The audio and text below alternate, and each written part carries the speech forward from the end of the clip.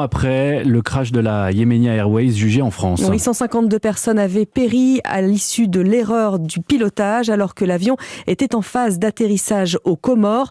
Ce procès était très attendu par les familles, dont beaucoup vivent à Marseille et qu'a pu suivre Stéphane Burgat.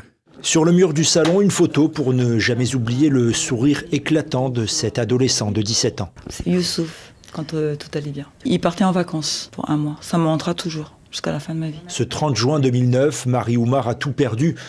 Son petit frère, mais également sa mère, Salia, qui se trouvait à bord du vol 626. Je m'en souviens parce que c'est moi qui les ai ramenés à l'aéroport. On parle du voyage, mon frère était content pour les vacances. On parlait d'après parce qu'il devait passer son permis justement la même année. Il aurait eu 18 ans en décembre. Après s'être lancé à corps perdu dans l'aide aux autres familles des victimes au sein d'une association, ce procès est pour elle l'instant de vérité qu'elle n'attendait plus. Vous vous rendez compte, c'était depuis 2009. On est en 2022. Il y avait 152 passagers dans cet avion. Ils ne peuvent pas être morts pour rien comme ça. Il faut qu'ils soient condamnés. Il y a une vraie sanction. Il faut qu'ils reconnaissent leur manquement. Ils n'ont pas reconnu qu'il s'est passé quelque chose. Ils nous ont même pas présenté les condoléances. Il n'y avait pas de cellule de crise. Il y avait un mépris. Pour eux, il fallait qu'on oublie. Ils disaient que nous, c'était le crash des pauvres. Et Marie Oumar a bien prévu de se rendre à Paris pour suivre ce procès qui est prévu jusqu'au 2 juin prochain. Marseille, Stéphane Burgat, Europe 1.